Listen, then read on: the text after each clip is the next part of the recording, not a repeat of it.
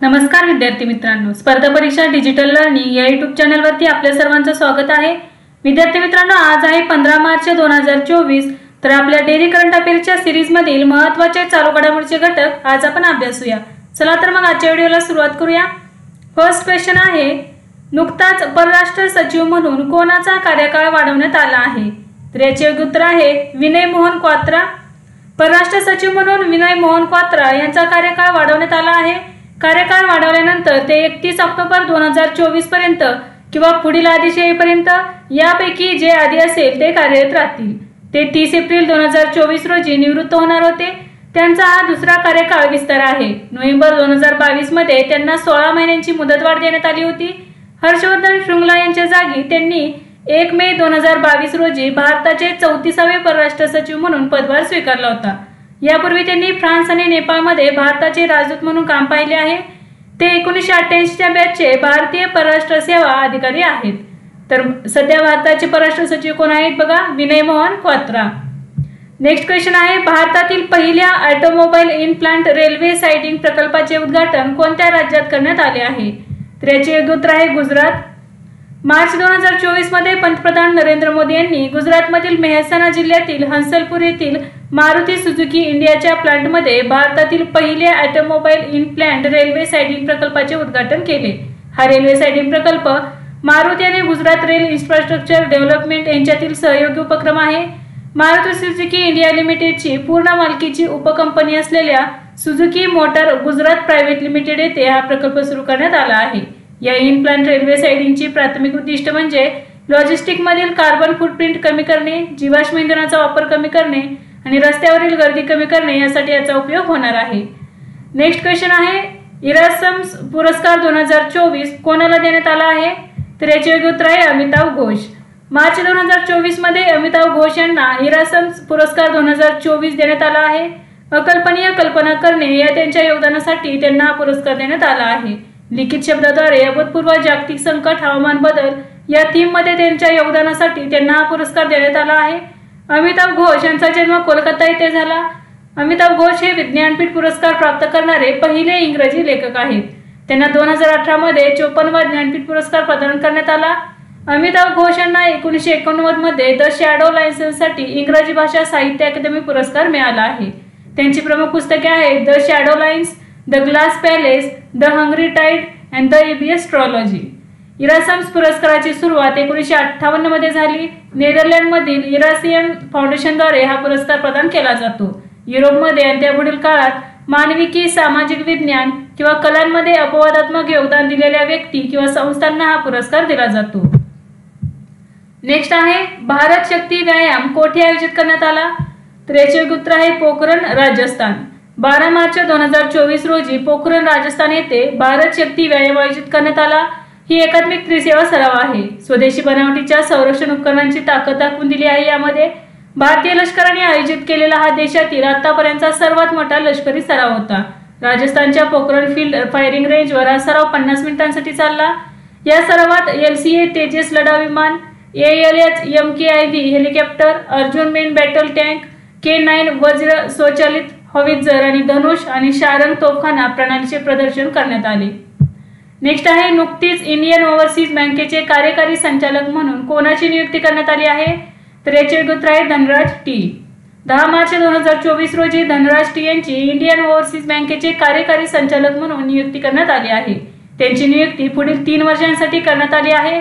त्यांनी यापूर्वी इंडियन बँकेत मुख्य व्यवस्थापक म्हणून काम केले आहे। इंडियन ओव्हरसीज बँक ही चेन्नई येथे मुख्यालय असलेली राष्ट्रीयकृत बँक आहे। अजय श्रीवास्तव हे त्याचे MD आणि CEO आहेत। नेक्स्ट आहे, कोणत्या राज्याने नुकतीच निंगल नलम्मा योजना सुरू केली आहे? निंगल नलम्मा याचा अर्थ काय, तुम्ही ठीक आहात का? तर बघा, ही योजना चालू केलेली आहे तमिळनाडू या राज्य सरकारने। मार्च 2024 मध्ये तमिळनाडू सरकारने निंगल नलम्मा योजना सुरू केली आहे। याचा उद्देश प्रमुख योजनांच्या अंमलबजावणीचा आढावा घेणे आणि सार्वजनिक तक्रारींचे निवारण करणे हा आहे। कल्याणकारी कार्यक्रमांच्या अंमलबजावणीचे पुनरावलोकन करण्यासाठी तमिळनाडू सरकारने ही योजना सुरू केली आहे। निंगल नलम्मा योजनेअंतर्गत लोकांशी सरकारी योजनांशी संबंधित काही अडथळे ओळखण्यासाठी थेट संपर्क साधला जाणार आहे। नेक्स्ट आहे, PM मोदींनी किती रेल्वे स्थानकांवर एक स्टेशन एक उत्पादन स्टॉलचे उद्घाटन केले? तर याचे उत्तर आहे 205। मार्च 2024 मध्ये पंतप्रधानांनी 205 रेल्वे स्थानकांवर वन स्टेशन वन प्रोडक्ट स्टॉलचे उद्घाटन केले। तसेच 12 मार्च 2024 रोजी 10 नवीन वंदे भारत एक्सप्रेस गाड्यांनाही हिरवा झेंडा दाखवला आहे। पंतप्रधानांनी दिंडीगुल, इरोड, तिरुची आणि पलक्कड रेल्वे स्थानकांवर जन औषधी केंद्राचे उद्घाटन केले। चेन्नई सेंट्रलमध्ये रेल्वे कोच रेस्टॉरंटचेही उद्घाटन करण्यात आले आहे। एक स्टेशन एक उत्पादन योजना भारतीय रेल्वेचा एक उपक्रम आहे। वोकल फॉर लोकल याला प्रोत्साहन देण्याच्या दृष्टिकोनातून हा उपक्रम सुरू करण्यात आला आहे। देशभरात स्वदेशी उत्पादने स्थानिक लोकांना विकण्यासाठी, उत्पादनांना बाजारपेठ उपलब्ध करून देण्यासाठी त्याची रचना करण्यात आली आहे। या योजनेचा पायलट प्रोजेक्ट 25 मार्च 2022 रोजी सुरू झाला।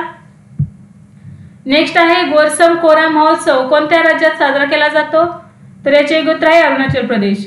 अरुणाचल प्रदेशातील तवांग जिल्ह्यातील जेमिथांग येथे गोरसम कोरा उत्सव साजरा केला जातो। हा सण भारत आणि भूतान यांच्यातील मैत्रीचे प्रतीक आहे। 7 मार्च ते 10 मार्च 2024 दरम्यान हा उत्सव साजरा करण्यात आला। 2024 ची थीम होती शून्य कचरा महोत्सव। नागरी अधिकारी आणि भारतीय लष्कराच्या सहकार्याने स्थानिक समुदायाने हा महोत्सव आयोजन केले होते। या महोत्सवात स्थानिक सांस्कृतिक मंडळे आणि भारतीय लष्कराच्या बँडचे मनमोहक परफॉर्मन्स आणि मल्लखांब आणि झांज पथकासारख्या मार्शल परफॉर्मन्सचाही समावेश करण्यात आला होता। नेक्स्ट आहे दिल्ली ग्रामोदय अभियान प्रकल्पाचे उद्घाटन कोणी केले? तर याचे उत्तर आहे अमित शहा। मार्च 2024 मध्ये केंद्रीय गृहमंत्री अमित शहा यांनी दिल्ली ग्रामोदय अभियानांतर्गत दिल्लीतील 41 गावांमध्ये पाईप नॅचरल गॅस सुविधा आणि 178 गावांमध्ये विकास प्रकल्पांचे उद्घाटन केले। या उपक्रमाचा उद्देश दिल्लीच्या ग्रामीण भागात पायाभूत सुविधा आणि जीवनमान उंचावण्याचा आहे। दिल्ली ग्रामोदय अभियानासाठी 960 कोटी रुपयांचा निधी देण्यात आला आहे। इंद्रप्रस्थ गॅस लिमिटेडद्वारे 20 कोटी रुपये खर्चून 100 किलोमीटर पाईपलाईन नेटवर्कद्वारे 41 गावांमध्ये पाईप नॅचरल गॅस पुरवठा सुरू करण्यात आला आहे। नेक्स्ट आहे पंतप्रधान नरेंद्र मोदींनी भारतातील पहिल्या व्यावसायिक सेमीकंडक्टर फॅब्रिकेशन सेवेची पायाभरणी कोठे केली? तर याचे उत्तर आहे गुजरात। मार्च 2024 मध्ये पीएम मोदींनी धोलेरा राजस्थानमध्ये टाटा पॉवर सेमीकंडक्टर मॅन्युफॅक्चरिंग कॉर्पच्या चिप फॅब्रिकेशन युनिटची पायाभरणी केली। ही भारतातील पहिली व्यावसायिक सेमीकंडक्टर फॅब्रिकेशन सेवा असणार आहे। यामध्ये 1.25 लाख कोटी रुपयांहून अधिक किमतीच्या 3 प्रकल्पांचा समावेश आहे। धोलेरा युनिटची क्षमता दरमहा 50,000 वेपर सुरू असणार आहे।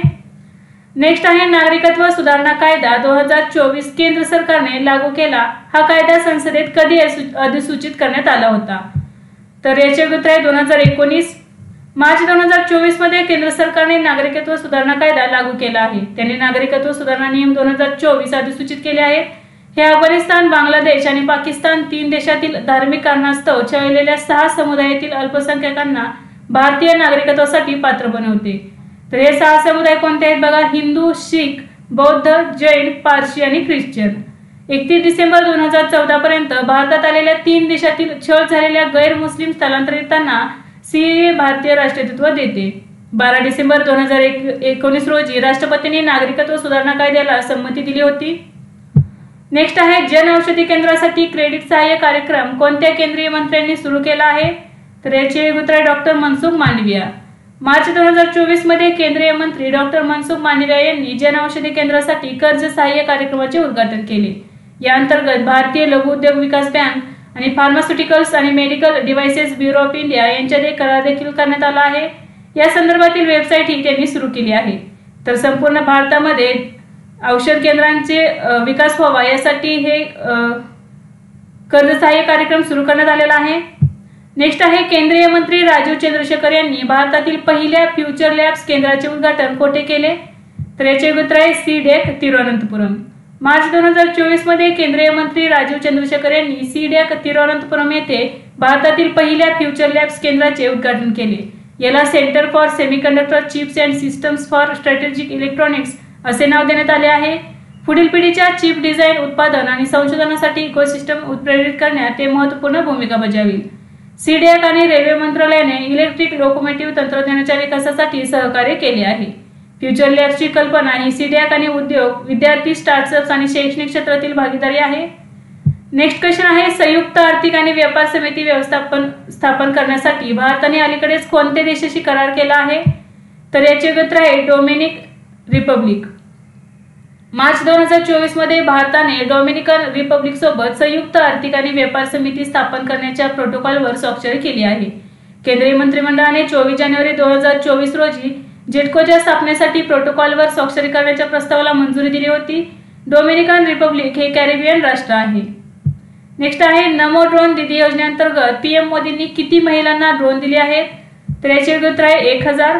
मार्च 2024 मध्ये पंतप्रधान नरेंद्र मोदी यांनी दिल्लीतील महिला विकसित भारत कार्यक्रमात 1000 दीदींना ड्रोन सुपूर्द केले. हे ड्रोन पिकांवर लक्ष ठेवणे, खत फवारणी आणि बियाणे पेरणे यासारख्या कामात उपयुक्त ठरतील. नमो ड्रोन दीदी योजना पंतप्रधान नरेंद्र मोदी यांनी 2022 मध्ये सुरू केली होती. या अंतर्गत येत्या 5 वर्षात 1 लाख महिलांना प्रशिक्षण देण्याचे उद्दिष्ट ठेवण्यात आले आहे. विद्यार्थी मित्रांनो, आज आपण काही महत्त्वाचे चालू घडामोडीचे घटक अभ्यासले. यासारखेच नवनवीन व्हिडिओ पाहण्यासाठी चॅनलला लाईक करा आणि सबस्क्राईब करायला विसरू नका. धन्यवाद.